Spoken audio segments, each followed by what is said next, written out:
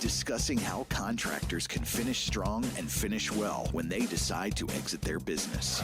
This is the Contractor Succession Podcast.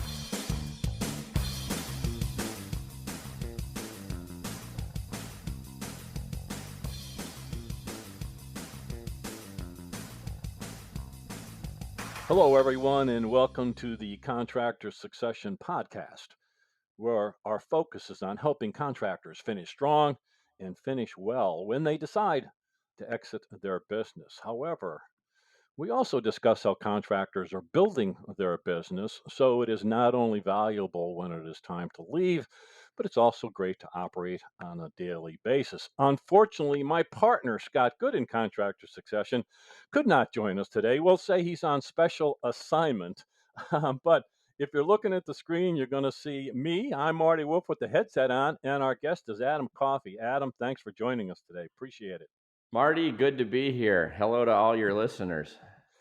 Wow, we had this scheduled some time ago, but you had an emergency, which is probably not unusual in your business. Maybe we'll talk about that later on, but we'll get to the meat of why we're here today.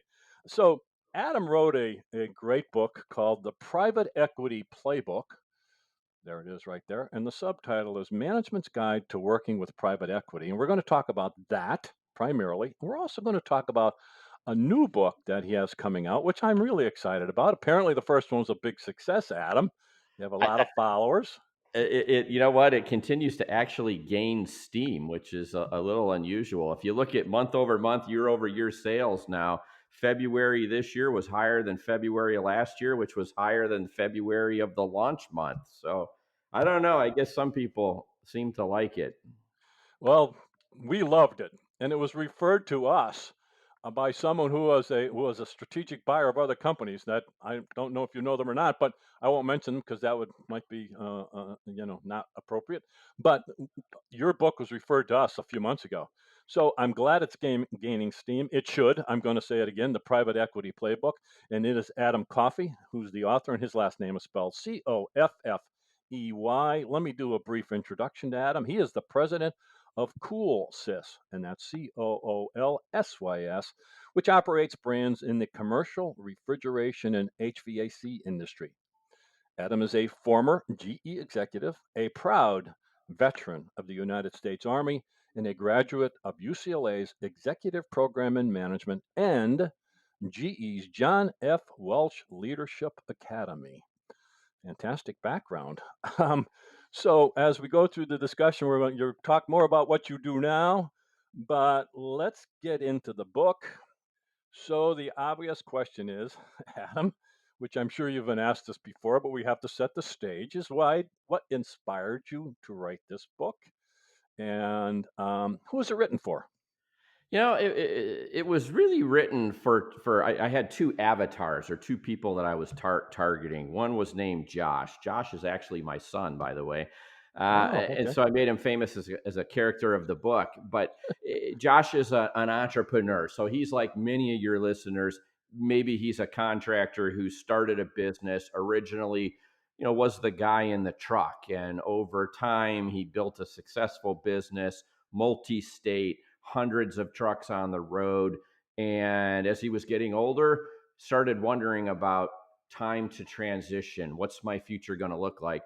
And his telephone's been ringing, and he's been hearing from brokers and from private equity groups direct. And he's wondering, what the heck is private equity? And should I listen? Should I talk to them and return that phone call? And then the other avatar was my daughter. Her name is Rose.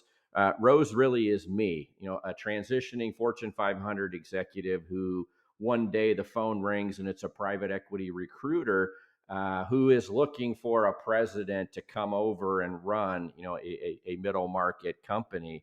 And so I wrote it with those two target audiences in mind. But the real reason behind it was over the last 20 years that I've been running private equity backed service businesses, on behalf of multiple firms.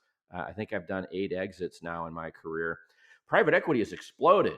And you've gone from, hundreds of companies to now 6,000 private equity firms. And you've gone from a few hundred billion in assets under management to now more than 4 trillion in assets under management. In addition to that, now 50% of all company sales or transactions on the planet involve private equity on one side of the table or the other. So for your listeners, who really Wow. is who this book was written for, I mean, no matter what they do, there's probably a 50% chance or better that they're going to sell their business if they exit it to a private equity firm. And for most people, they just have no understanding. I think the majority of business people in today's world would fail a basic quiz about what is private equity, how does it work, and how does it function. So that was really the rationale behind the book. I wanted to convey 20 years worth of knowledge in about 3.5 hours of reading. So call it the cliff notes of my 20-year career running businesses for private equity. Well, it achieved it for me. I mean, I'm in the business world, so I certainly knew the essence, or not the essence. I knew private equity firms existed. I have had a couple of relationships, so I understand. But to be very fun, maybe I shouldn't admit this, but I really got a lot out of the book. I mean, I really did. There were several things in there that, when I talked to Scott, my partner, I said, I didn't realize that. I didn't know that. And so it was somewhat embarrassing for me in a way, Adam, but good for you. So I have an unscripted question for you right now. You wrote the book a few months ago, maybe a year ago, I'm not even sure. When you wrote it, what was the let's talk about specifically the industries that we are in, which is refrigeration and HVAC. What was the industry like then when you're writing the book, and what is the industry like now? And is there a difference? Not a lot has changed other than valuation. So we'll come back to that in just a minute. I Okay. think because of the influx of capital into private equity, there's over 1.5 trillion in capital committed, looking for companies to buy today. And Mm, so multiples, because of that competition, multiples being paid are yeah, increasing. And so that's a good thing to your listening audience who's contemplating a sale. But when I yeah, go back, so the book was actually it came out in February of 2019, so it was written primarily in 2018. And at that time frame, if I just think about my own little ecosystem today, which is refrigeration and HVAC, on the commercial side, there's literally 4,500 companies in the U.S. that do what I do at CoolSys. And so that's what people in the private equity world would call a highly fragmented industry. yeah, A lot of small companies, relatively speaking, that were started by someone who originally was driving a truck, grew a little right. empire. There are literally thousands, over 4,000 companies that we've identified in the US alone that fit that criteria. It's a huge multi-billion dollar market, tens of billions, roughly 50 billion in the US, both on the residential and commercial side. And Yeah, I participate on the commercial side, which is about half of the market. And yeah, so the industry continues. There's a real shortage from a technician perspective. 30 years ago, we were telling everybody, I think with good intention. I blame either Nancy Reagan or Hillary Clinton. I'll pick one of each, so we stay neutral. But it was okay. like 30 years ago, we said, hey, let's every kid needs to go to college. And we kind of turned off trade schools as a viable option path for people. And as a result of that, all trades in the United States today are Yeah, shorthanded. So you've got a shorthanded workforce in trades, highly fragmented industry. A lot of these companies were founded by baby boomers. And yep, so yep, first generation is retiring. Oftentimes, either the second generation has taken over, and depending on where dad was in the baby boomer cycle, they're nearing retirement as well. And so you have a lot of small businesses that are seeking a transition of some type, fragmented industry. And so the net result is a lot of transaction opportunity or a lot of transaction volume yeah. taking place in the world of contractors today.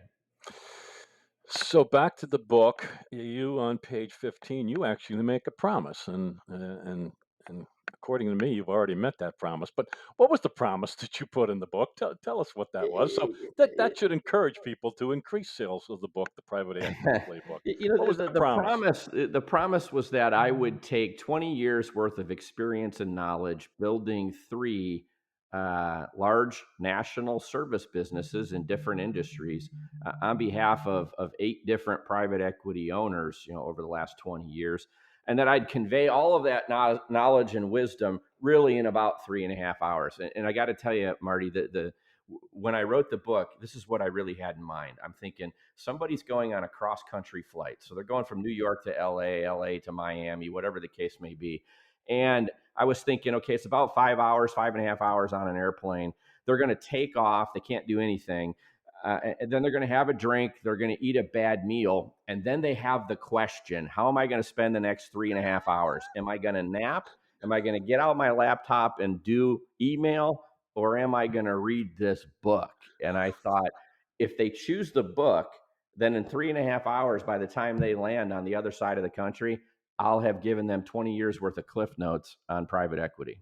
Yeah, and again, you did it. So again, maybe back to the basics. And you said early on that, if we quizzed, I don't know, if we quizzed 100 business owners in the space that we're talking about, all trades for that matter, and say, well, define private equity. My guess would be that they may not have a good answer. So maybe we should start with the fundamentals, in addition to what you've already shared. But give us your definition of private equity here and what you wrote in the book.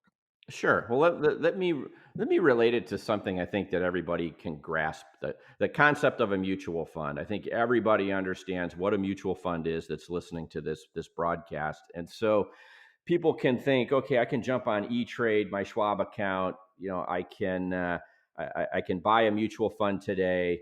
I'm giving money that's being pooled with other people's money. Some manager of this fund that I'm investing in is then going to make decisions about what to invest in. I have liquidity, so I can sell that same mutual fund later on this afternoon if I change my mind, or tomorrow or 5 years from now. Strong liquidity because the mutual fund is investing primarily in public companies, so there's Hmm. there's liquidity. Private equity is similar, except for the fact that not just anybody can invest in private equity. Typical investment size is usually around 5 million. So these it's typically pension funds, university endowments, and very wealthy individual investors or families who can commit that kind of capital. Because private equity is private, Yeah. typically investments are being made, in non-publicly traded companies. And so the fund is structured around a 10-year life cycle. People commit money to the fund. They don't just invest it, they just commit. I'm going to invest, $5 million into this fund. And Right. then over this 10-year period, the private equity firm is going to call capital from the people who've committed money. They're going to make investments in what are called platform companies. And those are companies that they're then going to hold, build, and eventually sell. And the reason Hmm. why they're going to sell is because these are private companies. There is no liquidity. Eventually, all these investors need their money back. So typically, the lifespan of a private equity fund is 10 years. Capital comes in the first, call it 4 or 5 years. They're buying platforms, they're improving them. And then in the last, 3 to 4 years, companies are then sold, money is returned to the investors, and a new fund is raised. And so the biggest difference really between private equity and mutual funds is typically the size of investment required and the fact that there's no liquidity and that the life cycle of the fund is about 10 years. And I think most people just kind of failed to grasp what private equity is. Most people have a negative connotation around private equity. The reason is because of the news media, Yeah. unfortunately. They'll Yeah. talk about some guy who made billions destroying companies and then ran for president and did so on the backs of the American worker. And I thought to myself, I've spent 20 years working in private equity. I've created thousands of jobs. I typically don't lay off, and the companies that I run are growing at 20 to 30% a year. And Yeah. that requires a lot of people. So the private Yeah. equity that I know didn't jive with the private equity that's on the news. And I think that's why a lot of people just have a wrong connotation of what private equity really Yeah. is. That statement you just made about your companies are growing, that's part of what you're very proud of. I'm reading in your bios, and the fact that these companies are growing, that there's employees are engaged, and that's something you're very proud of, right? Why don't you talk about that for a second? Well, so a lot of people seem to have this misconception that in order to generate massive returns for shareholders or create profit, you somehow have to, for lack of a better word, screw employees or do it on the backs of people. And I'm one of those guys who likes to think you can actually accomplish both. If you go back to my background, I've worked in service companies for 35 years. I've been running them for more than 20.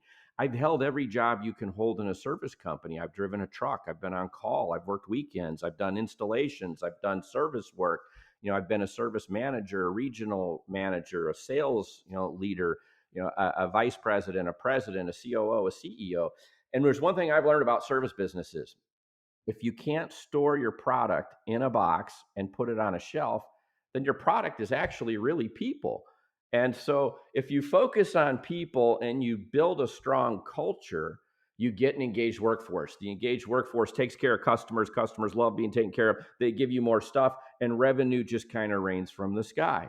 And so my thought around building a service business is really centered on cool culture, and taking care of people. And I've found that if you can build the strong culture and get this ecosystem really going, the top line takes care of itself. Yeah. And so you actually can do both. And if you have too much focus on top line, you're going to have a bad culture and you're going to piss people off, and your turnover is going to be really high. And Yeah. if you focus too much on employees and not enough on profits, generally you can get in trouble in a different way. But if you have balance in an Right. organization, you can achieve both. What's the website people should look at, CoolSys? Is it just coolsys.com? Give me the website, Adam. Yeah, it is. It's coolsys.com. I have 250 openings today for Wow. HVAC and refrigeration technicians. That's how Wow. big the shortage is in the US. So it's cool, COOLSYS.com and coolsys.com. And my guest, as you are listening and watching, is Adam Coffey. His name is Coffey. Yes, you can find him on LinkedIn. And I think he'll accept your LinkedIn invitation. He accepted mine, so kind that he did that. I love Um, hearing from people all around the globe. It's been fun. Yeah, well, obviously it's having a positive effect. The book is great, and people are sharing it, and I bought a few copies and shared it already. So Well, thank you. I'm Bless doing you. my I'm doing my little contribution. So again, proving that I read the book on page 36, something that I found really fascinating. I think you need to spend some time on this. You say, I think I got the quote right. If you're selling your business, you might be asked to roll over some of your proceeds instead of taking 100% of the cash at close. Explain that. What do you mean? Go Well, details. again, so the book is about private equity. So the context here is you're selling your business to private equity. What private equity is they are financial buyers. They don't come in and run your business. And so if an entrepreneur gets a big payday and then decides to ride off into the sunset, the financial backers of this business all of a sudden have this great asset that the contractor spent 30 years building, but they don't have anybody to lead the business, and it falls apart and dies. And so they want to make sure that there is financial alignment. The typical private equity firm is seeking a return of 3 to 4 times the multiple of invested capital, or Mm-hmm. MOIC. So if they invest $1 million in a business, they're looking to get 3 to 4 million, back, about a 3 to 4 times return on investment. In order to make sure that the entrepreneur stays engaged, oftentimes they will require a rollover investment. Can I tell Mm-hmm. you a story, a real story, Sure. true? This is a perfect example for this audience. So I mentioned that as of today, we've bought 21 companies at CoolSys. Company number one, the first company that I bought back in 2016, was an HVAC contracting business, HVAC refrigeration business in Northern California. We paid roughly $16 million for it. The entrepreneur took 12 million home and he rolled 4 million forward. Now, I tell this story with his permission. He knows that I do this because it's such a perfect example. So he took 12 million home and rolled over 4. But if you'd asked him, hey, if you could have cashed out all your chips and gotten 100% of your money at that second in time, would you have? Of course, sure, absolutely. I would have taken 100% of the money off the table, but I agreed to roll $4 million forward. It was interesting. You guys told me a good story, and so I did as asked. And I took the 12 million home to diversify my own personal net worth and my investing strategies and my assets, and I rolled 4 million forward. Well, guess what? In the next 27 months, we bought 8 companies, and then we sold for a 4 times multiple of invested capital. And so the man who rolled over $4 million got a second payday for 16 million. So remember, the first 16 million, he sold the business, would have been happy to ride off in the sunset with 16 million in his pocket. Instead, he rolled over 4, got a 4 times return less than 3 years later, another 16 million. So 16 minus the 4 rollover plus another 16 equals winery in Napa. He got $28 million for a business he would have been totally content selling for 12. And I tell that story everywhere I go because it's a great microcosm of the concept as to why your listeners, if they do choose to partner with a private equity firm, or like CoolSys, where we're a platform company, a strategic buyer of businesses, because you can roll over at CoolSys too. These are examples of the power. I call it getting a second bite of the apple. Why sell your company once if you can sell it twice or 3 times? My personal record is I've sold the same company 5 times in a 13-year, 4-month period. And so, you spend your life building this business. To all your listeners out there, why just be one and done? Why not roll forward, continue to be active in the business that you've built, unless you're at retirement age and just want to go fishing, for the rest of your life. But if you still have game left in you, then rollover investing is a great way to not only get diversification now, but to get future paydays, that are actually bigger than the first payday down the road.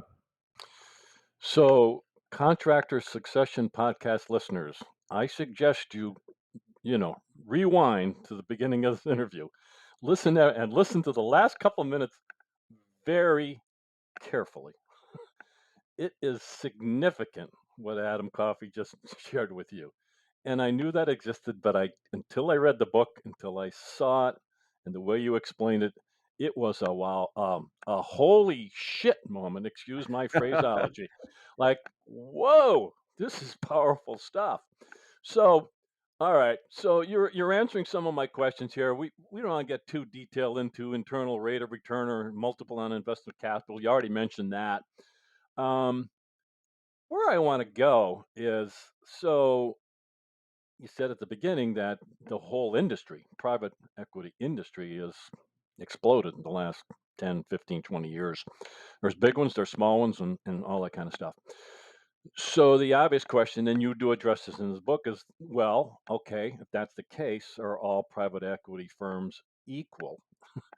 And so maybe that's a dangerous question to ask you. I don't know, but I would assume not. So if we have someone listening to this, or someone who just wants the education because they're thinking about this down the road, what should people be looking for in private equity firms? These are really good questions, Marty, and I try to get into enough detail in the book to try to highlight the kinds of questions that I think your listeners should be asking if they're entertaining partnering with private equity, because they're really not all the same. Think of any industry where there's 6,000 companies at play. Yeah. Is there any industry where there's 6,000 companies and they're all fabulous and fantastic? Absolutely not. I would tell you that of the 6,000 firms, they cover the entire spectrum. And so you'll have startups, you'll have small guys, you'll have giant guys who've been in business for 40 years now, and you'll have every variation in between. There will be sharks who are very sophisticated and not afraid of taking advantage, of a layperson. and they'll do that through various types of structures that they'll put together, or the agreements that they ask the entrepreneur to sign when they're selling. And then there's what I would call, kind of the guys in the white hats, the good guys who truly are good to partner with. And so the trick is, you're selling a business. How do you determine whether you're dealing with, Yeah, a good exactly. firm or a bad firm? And so I Yep. try to cover some of that in the book. Like there are ratings for mutual funds. There are also ratings for private equity firms. But really, it comes down to, you have to know what questions to ask. And I can tell you, as a buyer, literally, I have bought and sold over 100 companies in my 20 years, ranging as high as from $1 million to $1 billion. Hmm. And during that time frame, there's always a time when you're meeting a private equity firm where they ask, "Hey, do you have any questions for me?" And I can't tell you how many times out of 100 there's silence. And it's not Wow. that people don't, aren't educated or not thoughtful. It's that they don't know what questions to ask, because Correct. they don't have a basic understanding of what private equity is, or how it functions. And so in the book, we go through kind of detailed, what is private equity, how does it work, but then how do you pick a good one, from a bad one? And depending on the size of the business, you're going to be focused on, those 6,000 firms. If you have a small company, you're going to sell to a small firm. Big companies don't typically buy small companies. The reason is, Right. they have to put this money to work that their Yeah. investors are giving them. To get And the return. if you have a $10 billion fund and you're buying $1 million companies, you got to buy a lot of companies in order to put that money to work. And so typically, you can almost map the size private equity fund that you need to be talking to, with doing a little math. So if you're a company that's going to sell for about 10 million, and you figure about half of that is equity and about half of that is levered debt, you need someone who can pay 5 million. And typically, in a private equity fund, you're going to have enough money or capital. Most private equity firms will buy roughly ten companies per Yeah. fund. Right. Those are their platforms. Some will Right. buy more, some will buy less, but a good average is 10. So if someone's going to write a $5 million equity check times 10, you're looking for a small $50 million fund.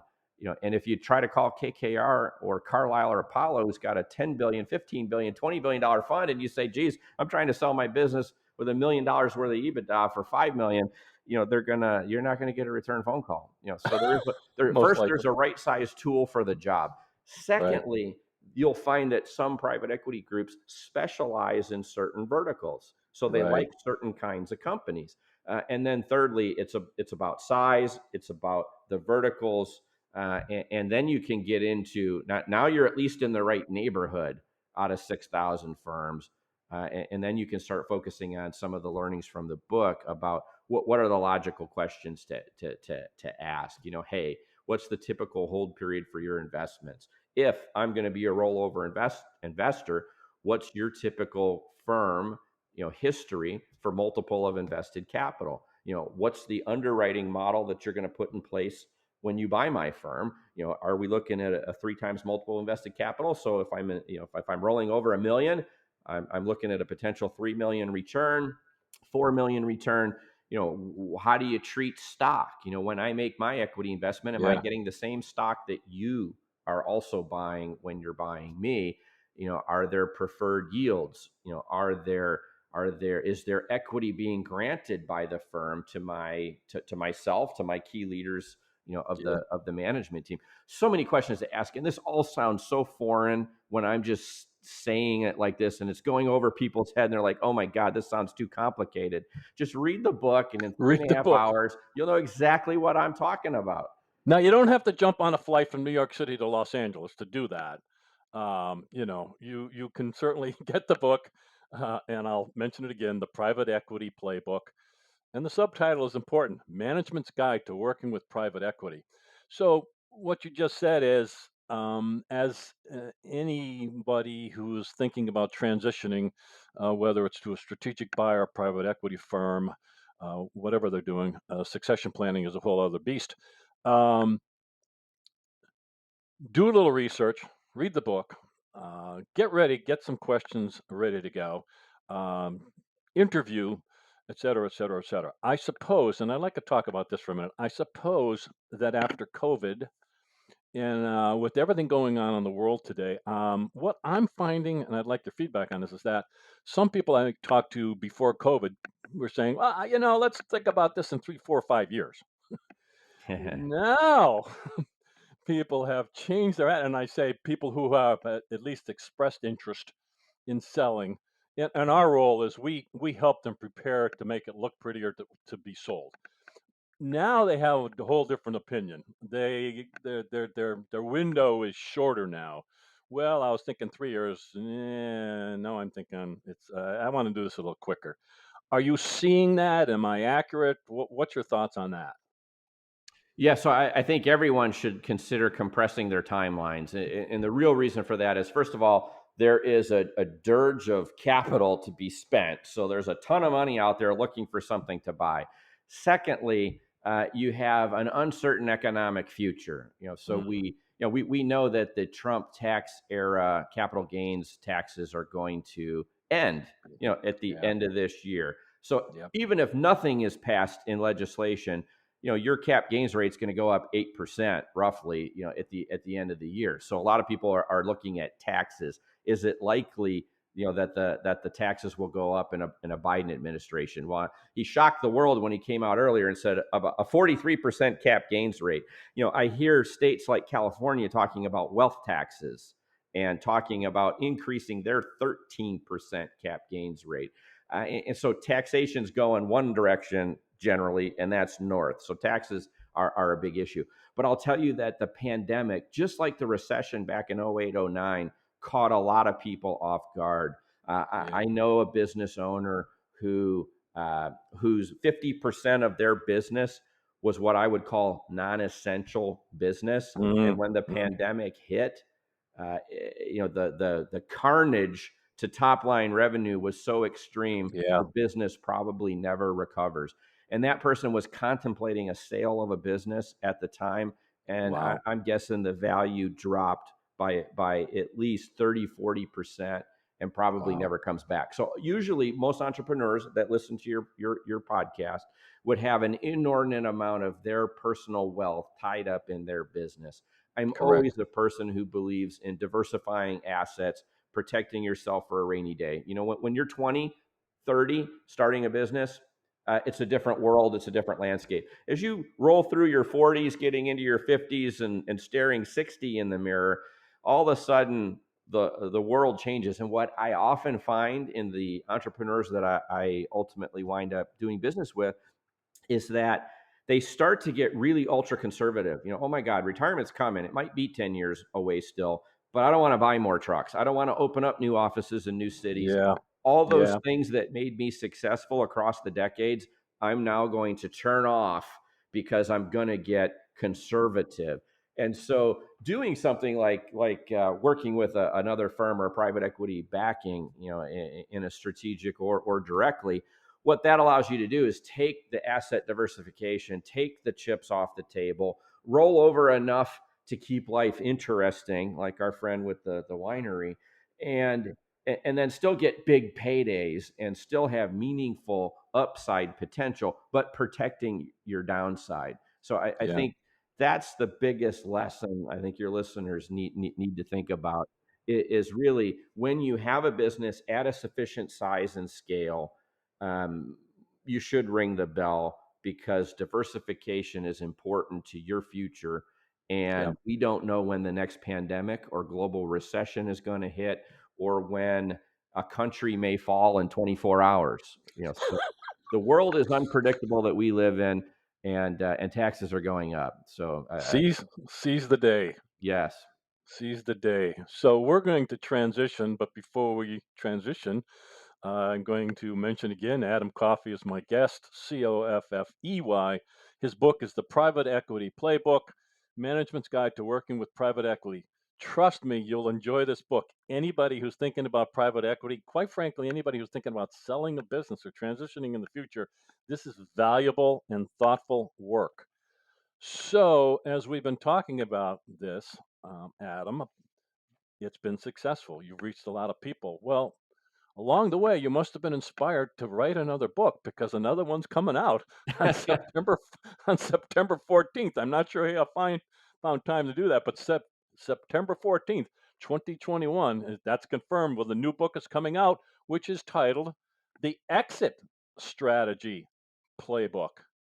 Holy moly! Tell me about that, man. Well, this is one where really, it's almost like the Star Wars, the original trilogy. It's like, I I need to do the pre-story before I did the story. The private equity playbook is very much focused on private equity. The exit strategy playbook really is broader. It talks about, look, okay, so you've built a business and you're thinking about monetizing that business. Let's look at the universe of potential buyers, of which private equity is a piece of that. Right. And so I really should have wrote the second book first and then the first book second, because the private equity playbook is a deep dive on financial buyers, which is kind of covered in chapter 2 of the new book. But it's really about, okay, what's the universe of buyers? It includes strategics who keep the lights on, strategics who turn the lights off, financial buyers, either directly as a platform or indirectly through another company as a strategic holding. What about ESOPs? What about Yeah. public? What about a SPAC? What are all these potential ways I could exit my business? And we talk about the universe of buyers, the nuanced differences about each Wow. one, and then I try to help the entrepreneur think through, okay, this fits my situation, this doesn't. I even have charts in there which with questions. Hey, I want to keep working. Okay, well, that should be either this category of buyer, that category of buyer, et cetera. Yeah. And so we talk about owner operators, strategic, going public, financial buyers, a bunch of different buyers. That's the first section. Second section then is, how do I prepare my company for sale? So many times people wake up, they're 65, they're looking in the mirror and they say, today I'm going to call Marty and I'm going to sell my company, and I'm going to go with it. And I'm thinking to myself, really, ideally, there's activity that should take place in the 3 years preceding the sale. Exactly. Can people sell a company in 6 months? Sure, absolutely. It's done every day. But if they think about the process, do some preparation work, really it's about maximizing the opportunity. And I think too many entrepreneurs leave a lot of money on the table because they're not They do. thinking about a pending transaction years in advance. So I help the entrepreneurs think about, what are the activities that I should be doing in the years leading up to the sale. And then in the third section of the book, it's, okay, how do we assemble a universe of advisors? Most entrepreneurs put their sweat equity, into building their business. They're absolute experts at their business.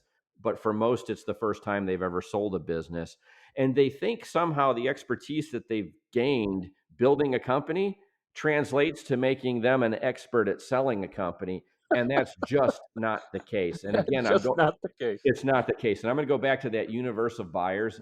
Again, there's good ones who are friendly and kind, and then there's the sharks, and Yeah. the people who will take advantage of you. And I can tell you, in all the companies that I bought, I can tell in a matter of minutes whether or not there's competent professional advisors on the other side of the table. And if Yeah. there's not, it's okay, because I'm a good guy and I'm going to take care of that seller anyway. But there are some sharks out there who would definitely seek to take advantage of that opportunity. And it would be just considered normal course business. It's up, caveat emptor. It's up to the seller and the buyer to be educated about what they're doing. And if they're not educated, I can take advantage of them, and that's fair game. So you need to build a set of competent advisors. You need help with personal taxation. You need help with the company's taxation. You need help from accountants to prepare quality of earnings. You should be doing this rather than waiting for a buyer to come tell you how much you're making. There's If you wait for that, yes, that's a problem. yeah. So there is so much work that can be done in the years leading up to the sale. You assemble the team of people to guide you through that transaction. How many people do you know go to their family doctor or their dentist to get brain surgery? Not too many. I think when it comes to None. medicine, we all recognize the need for specialists, But when it comes to business transactions, boy, that's a specialty area of practice in accounting for lawyers, for investment bankers, Investment different types bankers. of Yeah. advisors. You really Yeah. need to hire competent professionals.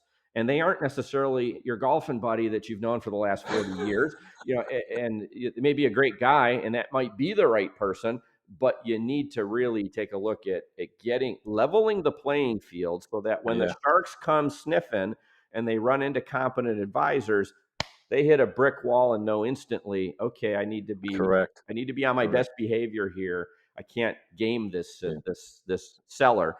So, Yeah. and then fourth and finally, the fourth section of the book is all about the actual transaction process, what it looks like step by step. What's a fireside chat? What's a management presentation look like? I throw in some personal stories of experiences that I've had to highlight the different areas of importance. So it's who's the universal buyer? How do I get my company ready for sale? How do I build a team of competent professionals? And then finally, what can I expect in a sales transaction? And so that way you have a very good, again, 3.5 hour, kind of cross country flight understanding of 20 years worth of my learnings on the art of selling a business from a guy who's done it 100 times, bought and sold businesses literally Yeah. 100 times, not once. And, everybody learns after that first experience. I'm trying to share kind of 20 years worth Yeah. of knowledge in 100 transactions. And if private equity winds up being that buyer, we'll then go back to that first book because it'll explain in detail all about, private equity. But this is a broader book that's coming. The expertise you just mentioned is precious. We've all seen people who have talked about being experts in certain fields, and they may be good at certain things, but your experience is what stands out. And so it came through in the book, The Private Equity Playbook. Hey, listen, listeners to the Contractor Succession podcast, mark in your book, on your laptop, in your phone, September 14th, 2021. If you have any idea, and you are going to leave your business One way or another. one way or another. This is one of my opening lines. You are going to leave your business. You can decide how to do that, you know, well or not so well. You can go with your boots on, or you can do that preparation work that Adam Coffey's going to share in his new book, which is titled The Exit Strategy Playbook. Wow, I can't wait. I've already tried to buy it. I couldn't buy it, but I'm anxiously waiting. I have it in my calendar to buy it. So, hey, folks, get this book, get both, read them, learn, be prepared. Be a Boy Scout or a Girl Scout. Be prepared so when this time comes, and it will come, you will leave your business one way or another. Whether you don't think it's 10 years out, read this stuff now. Get educated right now. So, we're going to wrap up, Adam, and what a great discussion, but there's probably something I didn't ask you, or something that you'd want to make sure that our listeners hear. So I will turn it over to you to kind of wrap up. You know what, Marty? They're already doing that because they're listening to this podcast. And if they've gotten this far, then they already understand that there's a world of continuous knowledge that they still need to build. Because although they've been successful building the business, if they think about that transition, they're out there learning and eager to learn more. So I think we've already covered that. The only other thing I would tell you, feel free to reach out on LinkedIn, or you can go to my own personal website, which is AdamECoffey, COFFEY.com. Love interacting with people. That's really what inspired me to write the second book. So I wrote the first book. I was getting inquiries from all around the planet from different people who kept asking me questions. And those questions are all answered in the second book. And so it really was the listening world that kind of guided me to write the second book. And as they interacted with me and tuned in, I just kept encountering the same questions over and over again. What about this? What about this? And so it finally inspired me to sit down and it's like, let's cover that. Let's make that the second installment. So I'm now planning a series of about 5 different playbooks. And, eventually you're going Yeah. to need a trip to Europe with from California with about 12, 13 hours to get through like 4 or 5 of these things at one time. But, planning for a series of them to just try to take, again, 20 years worth of learning as a CEO, 35 years worth of learning, working in progressive roles inside service businesses, and trying to help educate, call it the next generation of business leaders, business sellers, et cetera. So Yeah. it's been Yeah. fun. Congratulations on a very successful podcast in business, and I'll look forward to hearing from your listeners.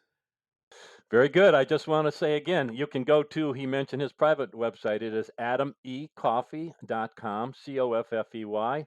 Yes, you can find more about his company, CoolSys.com, and you can find Adam on LinkedIn. So what an opportunity to learn from you. Great books. Thank you so much for what you've done for me and what you've done for listeners of Contractor Succession. So we're looking forward to the book, Adam. Thanks again. Thanks for having me, Marty. Take care, everybody. Be safe. Thank you for listening to the Contractor Succession Podcast. You can learn more about us at our website, contractorsuccession.com. You can also find us on Facebook, LinkedIn, and Twitter.